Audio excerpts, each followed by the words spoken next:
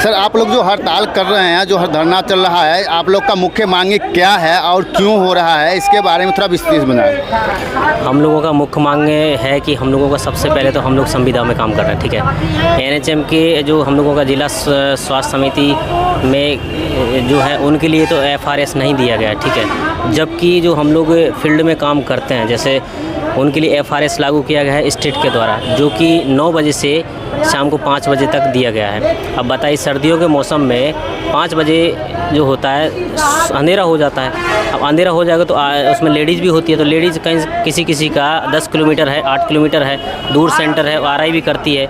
इसके साथ में स्टाफ नर्स जो है, ठीक है, स्टाफ नर्स है, एक स्टाफ नर्स को आप लोग 80,000 रुपये वेतन दे रहे हैं और एक स्टाफ नर्स को आप 2 काम करवा रहे हैं। एक डिप्टी सीएचओ का काम करवाना है, उस सीएचओ को जो आप 40,000 रुपये दे रहे हैं, जबकि एक स्टाफ नर्स जो है आपका सीएचओ को भी काम कर रहा है, डॉक्टर का भी काम कर रहा है, उसको आप लोग मात्र 24,000 रुपये दे रहे हैं, ठीक है। इसके साथ हम लोगों को समान काम समान वेतन किया जाना चाहिए। एफआरएस जो हम लोगों पर लगाया गया है उसको बिल्कुल ही, जो आदेश है स्टेट हेल्थ सोसाइटी का, उसको रद्द किया जाना चाहिए।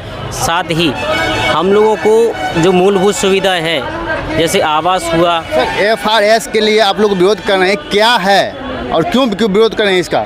ये एफआरएस हम लोगों का फेस अटेंडेंस हाजिरी सिस्टम है, जिसमें हम लोग विरोध इसलिए कर रहे हैं कि हम लोगों को पूरी मूलभूत सुविधाएं नहीं है, ठीक है। ना तो शौचालय है, ना पानी की व्यवस्था है, ना ही बिजली है।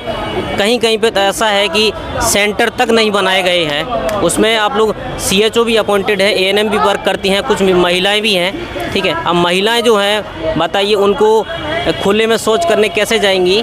पानी नहीं है, बरसात का मौसम है, ऊपर में छत नहीं है, ठीक है। छत नहीं है, शाम को मान के चलिए बारिश हुआ या कुछ भी हुआ, बीमार हो जाता है आदमी, खुद कर्मचारी को ज़रूरत पड़ेगा तो वो कहाँ जाएगा, ठीक है। इसके बाद में आप लोग देख लीजिए कि एफआरएस का हम लोग विरोध इसलिए भी कर रहे हैं कि सुबह 9 बजे मान के चलिए रेलवे घूमती भी लग जाता है, जाम में फंस जाता है आदमी कहीं ना कहीं लेकर के, तो वो सुबह 9 बजे अगर नहीं पहुंच पाता है, 9:05 में भी अगर आदमी पहुंच रहा है, तो उसमें उसका पूरा दिन का जो वेतन है वो कट जाएगा। मतलब उपस्थित कार्य करने के बावजूद भी उसका वेतन नहीं मिलेगा। उसके बाद आप देख लीजिए कि महिला वर्ग जो है, जो हम लोगों की एएनएम साथी हैं, वो लोग आरआई करती हैं। उनका एक सेंटर हुआ, जैसे हम लोगों को उप स्वास्थ्य केंद्र होता है, एपीएससी हुआ, ठीक है, उसमें टीकाकरण करती हैं, तो उनका आरआई जो साइट होता है कम से कम 8 किलोमीटर 4 किलोमीटर, उसमें भी 3 बार दिया गया है। अब 3 बार मान के चलिए वो सुबह में हाजिरी बनाने के लिए अपना सेंटर आएगी, फिर उसके बाद में वो आरआई साइट पर जाएगी, फिर वापस 1 बजे और 12 बजे के बीच में वो फिर सेंटर पर आएगी।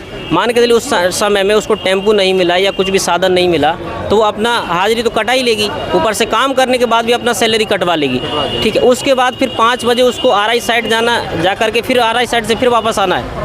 अब मान के चलिए अंधेरे में कि कोई लोकेशन ऐसा होता है जहाँ नदी भी है, पानी भी है, ठीक है, और 8-10 किलोमीटर में टेम्पू भी नहीं मिलता, वो लोग कैसे करेंगे?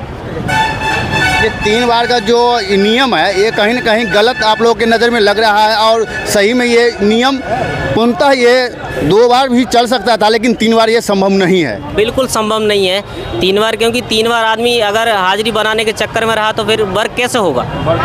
वर्क नहीं होगा। ऊपर से आप देख लीजिए सीएचओ जो हैं, सीएचओ को भी कैडर बनाया नहीं गया है, ठीक है। इन लोगों को भी एक फिक्स मानदेय कर दिया गया है। इंक्रीमेंट वगैरह जो लगता है, इनका इंक्रीमेंट भी नहीं दिया जाता है, जो ईयरली इंक्रीमेंट लगता है। साथ में हम लोगों के स्टाफ नर्स जो हैं, जीएनएम वगैरह हैं, उन लोगों को से डिप्टी सीएचओ का काम लिया जाता है, जबकि उनको सीएचओ का सैलरी हम लोगों को नहीं दिया जाता है। केवल स्टाफ नर्स का सैलरी जो है हम लोगों को 20 से 22,000 के बीच में है, उसी सैलरी पे हम लोगों को सीएचओ का काम करवाया जाता है। अगर डॉक्टर अनुपस्थित होता है तो डॉक्टर का भी काम हम लोगों से लिया जाता है। दवा बांटने वाला नहीं है तो दवा बांटने वाले का काम ही हम लोगों से लिया जाता है। अगर कहीं फील्ड वर्क में कोई इवेंट कॉल हुआ, मेला वगैरह हुआ, उसमें भी हम लोगों को ही भेजा जाता है। जबकि होना चाहिए कि अगर आप समान काम ले रहे हैं हम लोगों से, एक परमानेंट स्टाफ है, नियमित कर्मचारी, उसको आप लोग 80,000 रुपये वेतन दे रहे हैं, और एक हम लोग जो सभी कामों को कर रहे हैं उसके बावजूद भी हम लोगों को 20 से 22,000 रुपये में हम लोगों को फ्री करके रखा हुआ है।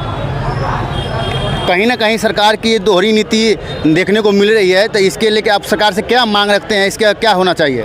सरकार से हम लोग पहला मांग तो मेरा यही रहेगा कि जो मेरा 4 महीने से 5 महीने से वेतन लंबित है, जो हम लोगों को नहीं दिया गया है, वो हम लोगों को दिया जाना चाहिए। कि हम लोगों को भी बीवी बच्चा है, बाल बच्चा है, हम लोगों का भी घर है, परिवार है, हम लोग भी रोटी खाते हैं, ठीक है, हम लोगों का भी पेट है। अगर सब लोगों को, अगर ऊपर के अधिकारी अगर अपना सैलरी निकाल लेते तो हम लोग भी कर्मचारी हैं। अगर हम लोगों को वेतन 20 से 22 हज़ार रुपये है, मान के चलिए हम लोगों को वेतन 4-4 महीने तक नहीं मिलेगा तो हम लोग कोई रेंट से भी रहते हैं।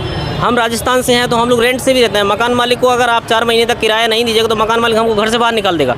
ठीक है, हम लोगों को बच्चे के लिए अगर दूध भी लाना हुआ तो हम लोग दूध कैसे खरीद के लाएंगे बताइए, आटा कैसे खरीद के लाएंगे। सर आपका नाम क्या हुआ? मेरा दीपक कुमार मौर्य, अच्छा, कौन सा पद पे हैं? स्टाफ नर्स ग्रेड है।